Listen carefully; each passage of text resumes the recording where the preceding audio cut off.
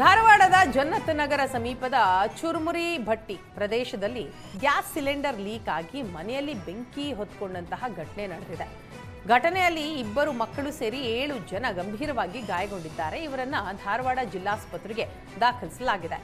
ಇನಾಯಾ, ಕೈಫ್, ಅಮೀನಾ, ಇಸ್ಮಾಯಿಲ್, ಜರೀನಾ, ಮಹಿರಾನ್ ಗಾಯಗೊಂಡಿದ್ದಾರೆ. Cylinder leak ಆಗಿ ಬೆಂಕಿ ತಗುಲಿ ಸ್ಫೋಟ ಆಗಿದೆ. ಸ್ಥಳಕ್ಕೆ ಧಾರವಾಡ ವಿದ್ಯಾಗಿರಿ ಪೊಲೀಸರು ಮತ್ತು ಅಗ್ನಿಶಾಮಕ ದಳ ಸಿಬ್ಬಂದಿ ಭೇಟಿ ಕೊಟ್ಟು ಬೆಂಕಿ ನಂದಿಸಿದರು. ಘಟನೆಯಲ್ಲಿ ಅಮೀನಾಗೆ 80% ದೇಹ ಸುಟ್ಟಿದ್ದು, 3 ಮಕ್ಕಳು, ಇನ್ನಿಬ್ಬರು 30% ಅವರ ದೇಹ ಸುಟ್ಟು ಹೋಗಿದೆ. ಸದ್ಯ ಅಮೀನಾ ಸ್ಥಿತಿ ಗಂಭೀರವಾಗಿದ್ದು ಹುಬ್ಬಳ್ಳಿಯ ಕಿಮ್ಸ್ ಆಸ್ಪತ್ರೆಗೆ ಶಿಫ್ಟ್ ಮಾಡಲಾಗಿದೆ.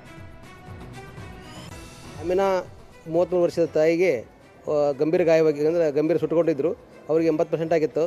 ಅದಕ್ಕೆ ಅವ್ರು ನೋಡಿ ಅವರಿಗೆಲ್ಲ ಸ್ಟೆಬಿಲೈಸ್ ಮಾಡೋರಿಗೆ ಮತ್ತಿನ್ನು 2 ಮಕ್ಕಳು ಮತ್ತು ಒಬ್ಬಳ ಸಣ್ಣ ಹುಡುಗಿ ಮತ್ತು ಒಬ್ಬರು ದೊಡ್ಡವರು 63 ವರ್ಷದ ಹೆಣ್ಮಗಳು ಹಾಗೂ ಇನ್ನವರ ಮತ್ತು ಇಸ್ಮಾಯಿಲ್ ಅಂತ ಇನ್ನೊಬ್ಬರು ಅವರು ಕೂಡ ಅವರೆಲ್ಲರೂ 20-30% ಬರಲಿದ್ದಾರೆ. ಅವರು ಅಷ್ಟೊಂದು ಸೂಪರ್ಫಿಷಿಯಲ್ ಬರೋದ್ರಿಂದ ಏನು ತೊಂದರೆ ಆಗೋದಿಲ್ಲ. ಅಮೀನಾವನ ತಾಯಿಗೆ ಮಾತ್ರ ಸ್ವಲ್ಪ ತೊಂದರೆ ಆಗ್ತದೆ ಅಂತೇಳಿ ನಾವು ತಿಳ್ಕೊಂಡು KMCಯಲ್ಲಿ ಬರ್ನ್ಸ್ ವಾರ್ಡ್ ಹಾಗೂ ಪ್ಲಾಸ್ಟಿಕ್ ಸರ್ಜರಿ ಇರೋದ್ರಿಂದ ಅಲ್ಲಿ ಕಳಿಸಿದ್ದೇವೆ.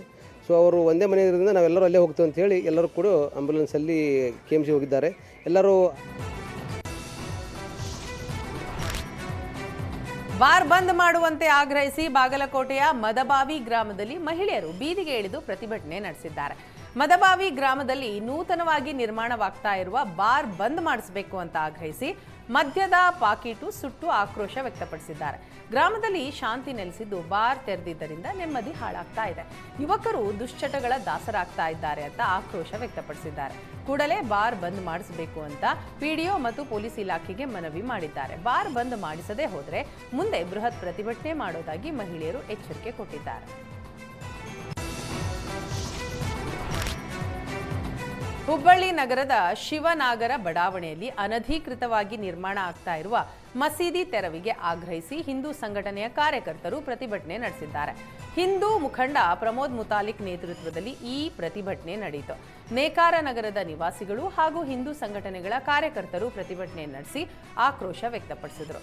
ಶಿವನಾಗರ ಬಡಾವಣೆಯಲ್ಲಿ ಮನೆ ಅಂತ ನಿರ್ಮಾಣ ಮಾಡಿ ಈಗ ಮಸೀದಿ ಮಾಡಿದ್ದಾರೆ ಅಂತ ಆರೋಪಿಸಿದ್ದಾರೆ.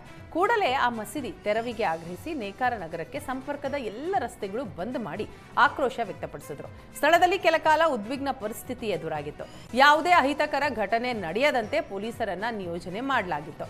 ನೇಕಾರ ನಗರದ ಬಸವೇಶ್ವರ ವೃತ್ತದಲ್ಲಿ ಹಿಂದೂ ಪರ ಸಂಘಟನೆಗಳ ಒಕ್ಕೂಟ ಹಾಗೂ ನೇಕಾರ ನಗರ ಹಿತ ರಕ್ಷಣಾ ಸಮಿತಿಯಿಂದ ಮಸೀದಿ ತೆರವು ಮಾಡದೇ ಇದ್ರೆ ಮುಂದಿನ ದಿನಗಳಲ್ಲಿ ಉಗ್ರ ಹೋರಾಟ ಮಾಡೋದಾಗಿ ಎಚ್ಚರಿಕೆ ನೀಡಿದ್ದಾರೆ.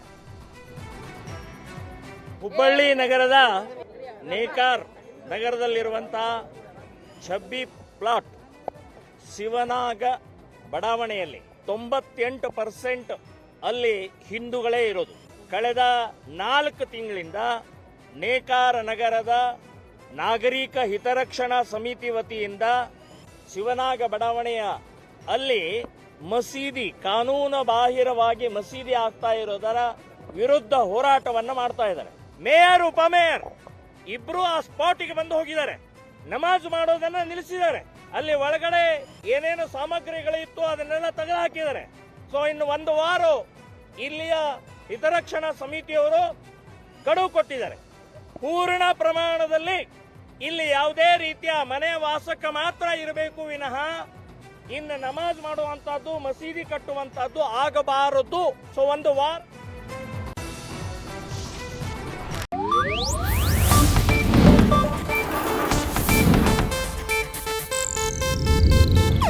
ಇದು ಏಷ್ಯಾನೆಟ್ ನ್ಯೂಸ್ ನೆಟ್ವರ್ಕ್ ಪ್ರಸ್ತುತಿ.